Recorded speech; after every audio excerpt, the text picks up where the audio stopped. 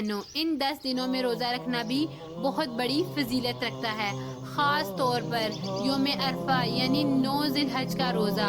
نبی کریم صلی اللہ علیہ وآلہ وسلم نے فرمایا، مجھے اللہ تعالیٰ سے امید ہے کہ عرفہ کے دن کا روزہ 1 سال پہلے اور 1 سال بعد کے گناہوں کا کفارہ بن جاتا ہے، یعنی 2 سال کے صغیرہ گناہوں کی معافی۔ ذرا سوچیں، ذہن پر زور ڈالیں، صرف 1 دن کا روزہ اور اللہ تعالیٰ کی اتنی بڑی رحمت۔ لیکن یاد رکھیں، یہ فضیلت صرف اسی شخص کو ملتی ہے جو سچی توبہ کرتا ہے، گناہوں سے بچنے کے لیے اور اللہ تعالیٰ کی طرف رجوع کرتا ہے۔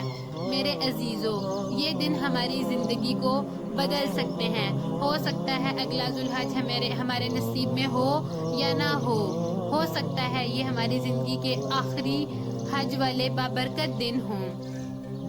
اس لیے میں آپ کو بار بار یاد دلاتی ہوں کہ اپنے گناہوں سے توبہ کریں، اپنے دلوں کو صاف کریں، رشتوں کو بہتر کریں اور اللہ تعالیٰ کو راضی کرنے کی کوشش کریں تاکہ آپ کو بھی ان دنوں کی برکات حاصل ہو سکیں۔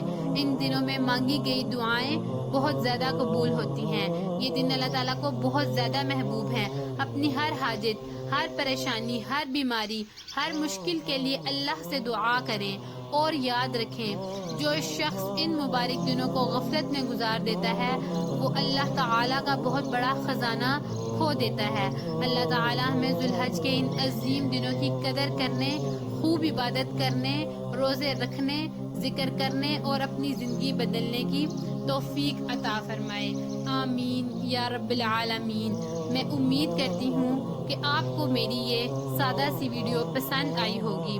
مجھے معلوم ہے کہ آج کے اس فیشنیبل زمانے میں جہاں ناچ گانے، شور شرابہ اور دوسری چیزوں کو زیادہ پسند کیا جاتا ہے، وہاں میری یہ ویڈیو شاید بہت سادہ لگے، لیکن مجھے یقین ہے کہ سادگی ہی سب سے خوبصورت چیز ہے، خاص طور پر جب اس کا مقصد اللہ اور اس کے دین کی بات پہنچانا ہو۔ میں پوری کوشش کرتی ہوں کہ آپ تک قرآن و حدیث کی روشنی میں صحیح معلومات مستند حوالوں کے ساتھ پہنچاؤں تاکہ یہ ویڈیوز صرف دیکھنے کے لیے نہیں بلکہ ہماری آخرت سنوارنے کے لیے بھی ہوں۔ اگر میری اس چھوٹی سی محنت سے ایک انسان بھی اللہ کے قریب آ جائے، ایک نماز شروع کر دے، ایک گناہ چھوڑ دے یا ایک دعا مانگ لے تو میرے لیے یہی سب سے بڑی کامیابی ہے۔